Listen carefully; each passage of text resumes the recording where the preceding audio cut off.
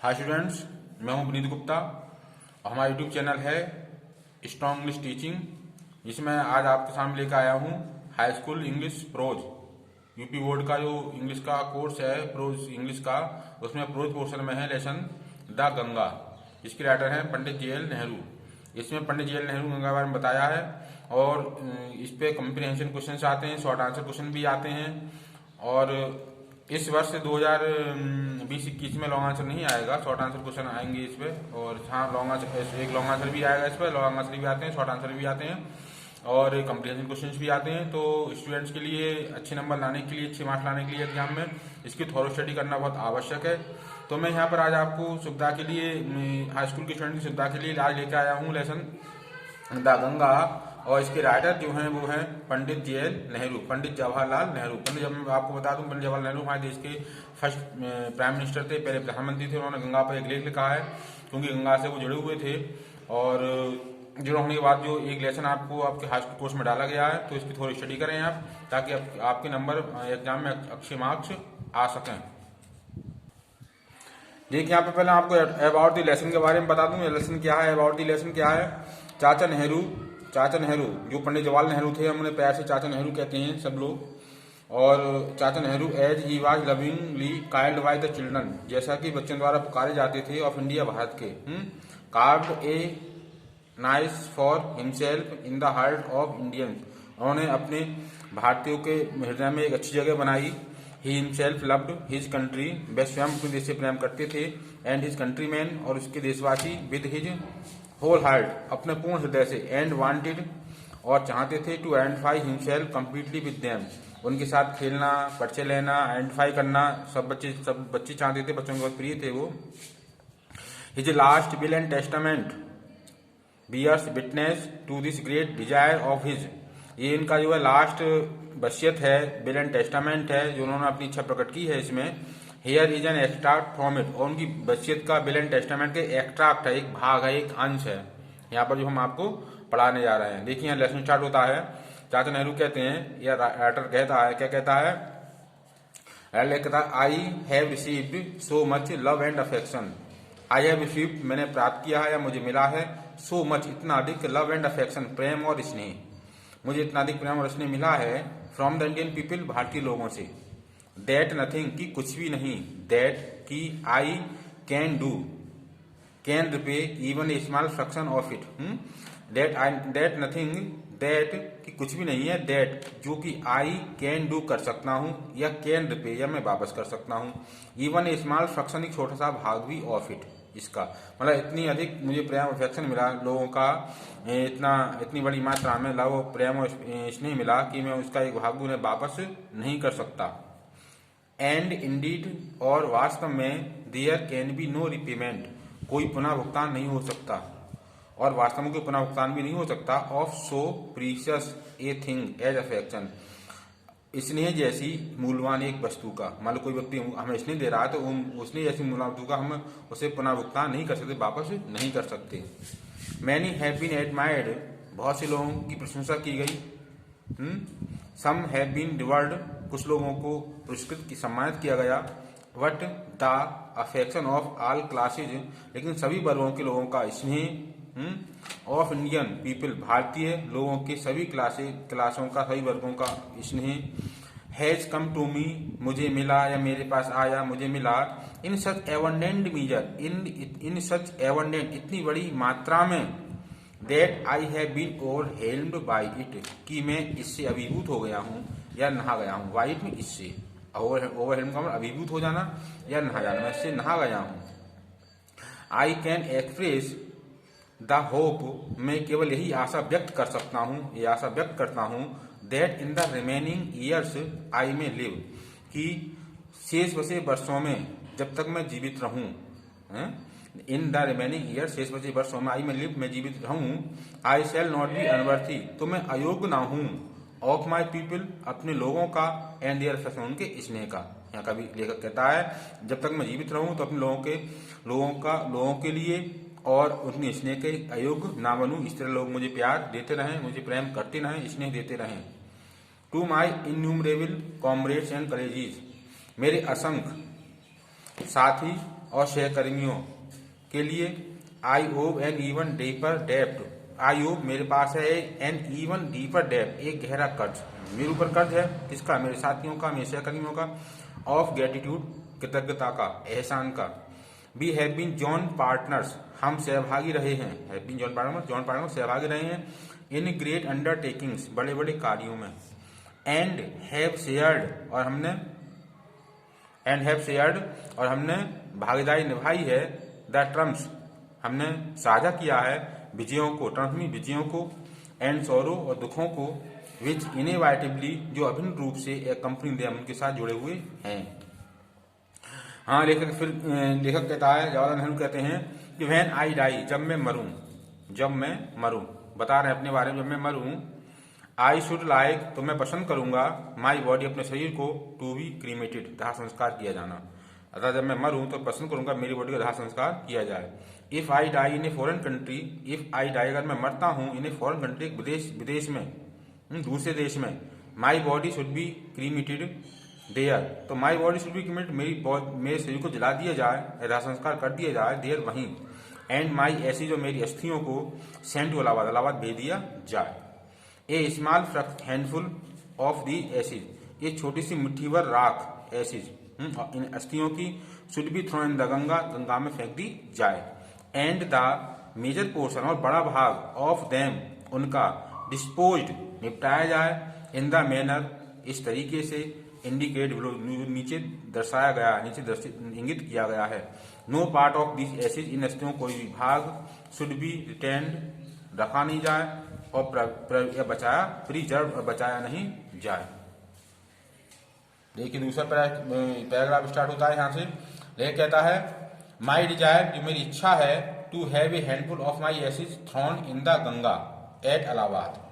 माई desire, मेरी इच्छा, to have a handful of my ashes, मुट्ठी भर अस्थियों की, रखने की, हैंडफुल है ऑफ माई एसिड, मुट्ठी भर अस्थियां फेंकने की, थ्रोन मीन्स फेंकने की, इन द गंगा में, एट इलाहाबाद की। हैज नो रिलीजियस सिग्निफिकेंस, इसका कोई धार्मिक महत्व नहीं है। ये इसमें धार्मिक सिग्निफिकेंस का मतलब महत्व, कोई धार्मिक महत्व नहीं है। So far as I am concerned, जहां तक मेरा मानना है, जहां तक मेरा संबंध है, इसका कोई धार्मिक, लेखक कहता है इसका कोई धार्मिक महत्व नहीं है कि मेरी अस्थियों, मरने के बाद अस्थियों को गंगा में फेंक दिया, ज्यामिति पर अस्थियों को गंगा में फेंक दिया, इसका कोई धार्मिक महत्व नहीं है। I have no religious sentiment, मेरे पास कोई धार्मिक भावना नहीं है। I have no religious sentiment in the matter, इस मामले में, मेरी कोई धार्मिक भावना नहीं है, रिलीजियस सेंटीमेंट नहीं है मेरा, मैं धार्मिक रूप से भावुक नहीं हूँ। आई हैव बीन अटैच्ड, मैं जुड़ा हुआ रहा हूँ, to the Ganga and the Jamuna rivers in Allahabad, मैं जुड़ा हुआ रहा हूँ गंगा और जमुना नदियों से, इन इलाहाबाद की। लेखक कहता है, मैं क्यों कह रहा हूँ ऐसा, क्योंकि मैं गंगा यमुना नदियों से इलाहाबाद की जुड़ा हुआ हूँ। एवर सिंस माई चाइल्डहुड, मेरे बचपन से ही, एवर सिंस, बचपन जुड़ा हुआ रहा हूँ। And as I have grown older, और जैसे जैसे मैं बड़ा हुआ हूँ, ओल्डर बड़ा हुआ हूँ, this attachment has also grown, तो ये लगाव भी बढ़ता गया है। I have watched their varying moves, their means किसके, नदियों के, गंगा जमुना के। आई हैव वॉच्ड, मैंने देखे हैं, देयर, उनके वेराइंग, बदलते हुए, मूड्स मीन्स रूप को, बदलते हुए रूपों को देखा है उनके। एज द सीजन चेंज, जैसे ही मौसम बदलते हैं, मौसम बदलने के साथ साथ मैंने उनके बदले रूपों को, किसके, गंगा के और जमुना के। एंड हैव ऑफन थॉट, और मैंने अक्सर सोचा है, ऑफ द हिस्ट्री, इतिहास के बारे में। एंड माइथ, पौराणिक कथाओं के बारे में। एंड ट्रेडिशन, परंपराओं के बारे में। एंड सॉन्ग्स, और गीतों के बारे में। एंड स्टोरी, और कहानियों के बारे में। दैट हैव बिकम अटैच्ड और टू देम, जो उनसे जुड़ गई हैं, थ्रू द लॉन्ग एजेस, लंबी युगों से। एंड बिकम, और बन गई हैं, part of their flowing water, उनके बहते हुए पानी की। यहाँ लेखक कहता है कि लेखक ने उसके मौसम से बदलते हुए विभिन्न रूपों को देखा है, और उसने अक्सर इतिहास के बारे में, पुराने कथाओं के बारे में, परंपराओं के बारे में, गीतों के बारे में, कहानियों के बारे में सोचा है, जो उससे जुड़ गई हैं, उसके बहते हुए पानी के एक भाग बन गई हैं। तीसरा पैराग्राफ आया, द गंगा मतलब गंगा नदी, भारत की द गंगा, स्पेशली, विशेष रूप से, is the river of India, भारत की नदी है। किसकी नदी है? भारत की। Beloved of her people, उसके लोगों की प्रेम कहा है, किस लोगों की, भारत के लोगों की, इंडिया के लोगों की। राउंड विच, जिसके चारों तरफ, are intertwined her racial memories, जिसके चारों तरफ गुथी हुई हैं उसकी जातिगत स्मृतियां। हर हॉप्स, उसकी आशाएं, एंड फियर्स, और भय। हर सॉन्ग्स ऑफ ट्रम्प्स, उसके विजय गीत। हर विक्ट्रीज, उसकी विजयें, एंड हर डिफीट, और उसकी पराजय। अर्थात यहाँ लेखक कहता है कि गंगा विशेष रूप से भारत की नदी है, वह भारत के लोग, उसके लोगों की प्रेम का रही है, जिसके चारों तरफ उसकी जातिगत स्मृतियाँ, उसकी उम्मीदें, उसके भय, उसके विजय गीत और उसकी विजयें और पराजय चारों तरफ गुथी हुई हैं या जुड़ी हुई हैं। She has been a symbol of India age long culture, वह भारत की सदियों पुरानी संस्कृति का प्रतीक रही है। सिंबल मीन्स प्रतीक। She has been a symbol of India age long culture, वह हैज बीन रही है, सिंबल मीन्स प्रतीक, ऑफ इंडिया भारत की एज लॉन्ग कल्चर, सदियों पुरानी या सदियों लंबी संस्कृति की, एंड सिविलाइजेशन और सभ्यता की। गंगा जो है भारत की संस्कृति सभ्यता का प्रतीक रही है। एवर चेंजिंग, हमेशा बदलती हुई, एवर फ्लोइंग, हमेशा बहती हुई, and ever the same Ganga, फिर भी हमेशा एक समान गंगा। शी रिमाइंड्स मी, वह मुझे याद दिलाती है, of snow covered peaks, snow covered peak का मतलब बर्फ से ढकी हुई चोटियों की। गंगा लेखों को याद दिलाती है, बर्फ से ढकी चोटियों की याद दिलाती है। एंड द डीप वैलीज, और गहरी घाटियों की, ऑफ द हिमालय के, which I have loved so much, जिनको मैंने बहुत प्रेम किया है। And of rich and vast plains below, और नीचे विशाल और उपजाऊ मैदान की याद भी दिलाती है। Where my life and work have been cast, जहां पर मेरे जीवन को और मेरे कार्य को रूप मिला।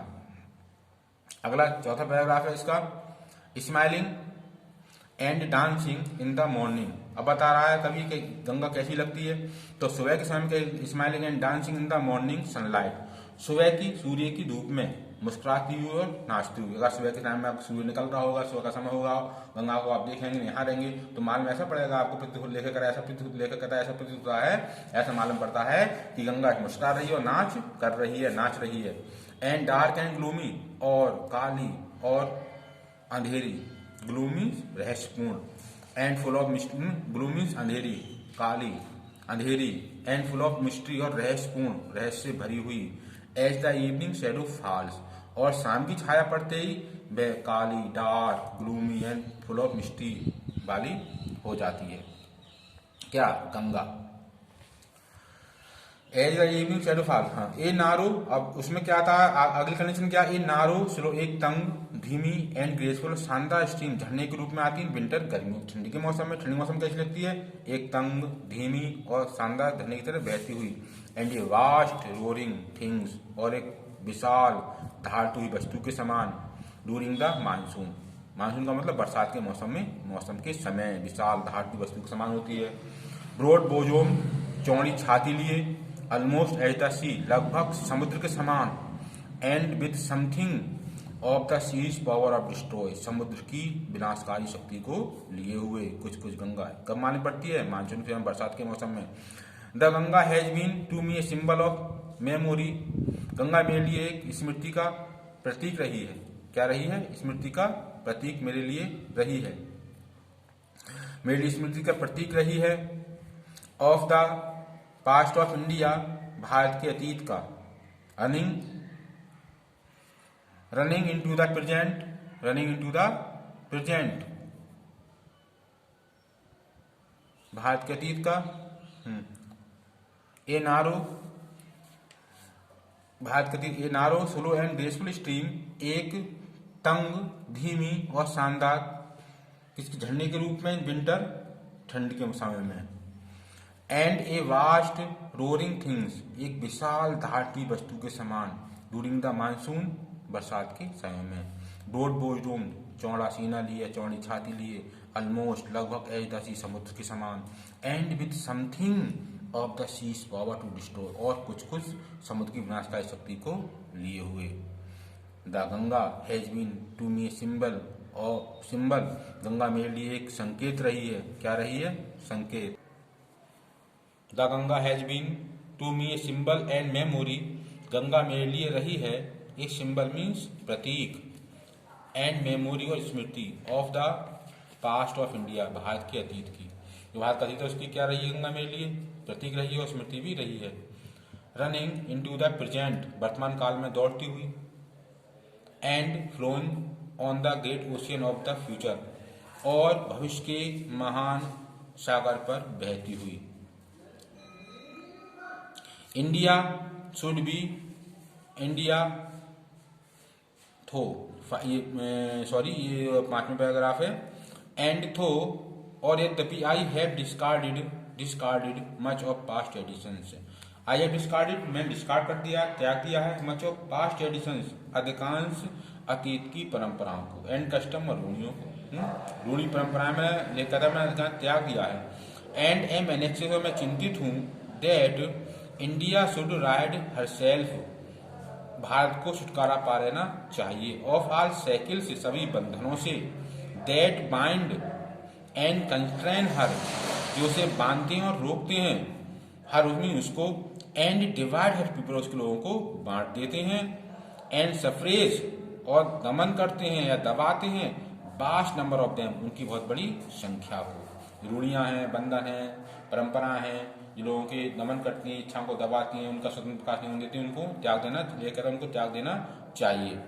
And prevent the free deployment of the body, और prevent means prevent the free deployment, और जो क्या करती हैं, रोक लेती हैं, ये रूढ़ियां रोकती, प्रिवेंट में रोकती हैं द फ्री डिप्लॉयमेंट, स्वतंत्र विकास को, और बॉडी, शरीर के, एंड स्पिरिट, और आत्मा का। तो यद्यपि आई सीक ऑल दिस, मैं ये सब देख रहा हूँ, खोजता हूँ, yet I do not wish, फिर भी मेरी इच्छा नहीं है, to cut myself off, अपने आप को पूर्ण रूप से अलग कर लेने की, फ्रॉम दैट पास्ट कंप्लीटली, उस अतीत से पूर्ण रूप से, अर्थात मुझे पूर्ण रूप से उस अतीत से अलग करने की इच्छा नहीं है। जो भारत का अतीत रहा से मैं पूर्ण रूप से अपने आप को अलग नहीं कर सकता। I am proud of that great inheritance, I am proud, मुझे गर्व है, ऑफ ग्रेट उस महान विरासत पर, इनहेरिटेंस में विरासत पर, दैट हैज बीन, जो रही है, एंड इज, और है, आवर्स, हमारी, अदा लेकर मुझे महान, मुझे पास्ट में विरासत मिली है, अतीत काल की, भूतकाल में उस विरासत पर क्या गर्व है, हमारी रही और हमारी रहेगी और हमारी है।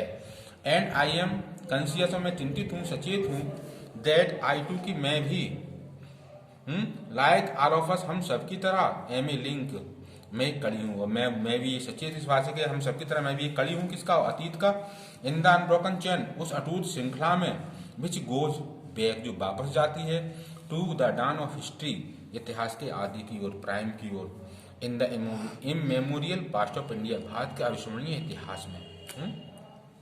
द चेन, वह श्रृंखला, आई वुड नॉट ब्रेक, मैं तोड़ूंगा नहीं, जो श्रृंखला है, हम सब श्रृंखला की भारतीय सब कड़ी है, लेखक भी कड़ी लेखकता है, मैं उसे तोड़ूंगा, श्रृंखला को तोड़ूंगा नहीं, अपने आप को बिल्कुल अलग नहीं करूंगा पास्ट से। फॉर, क्योंकि आई टीजर इट, तो मैंने इसे संभाल के रखा है, किसको, भारत की अतीत की विरासत को। And seek inspiration from it, मैं इससे प्रेरणा लेता हूँ, क्या लेता हूँ, सीक इंस्पायरेशन फ्रॉम इट, इससे मैं प्रेरणा लेता हूँ।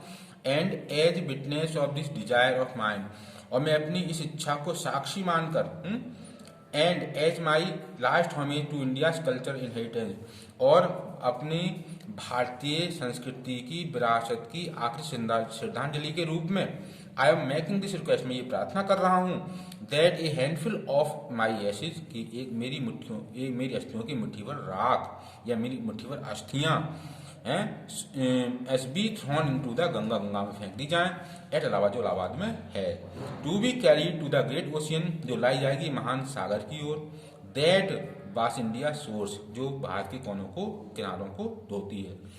लेखक का मत है, गंगा मेरी अस्थियां, मुट्ठी भर अस्थियां गंगा में फेंक दी जाएं। क्यों फेंक दी हैं गंगा में?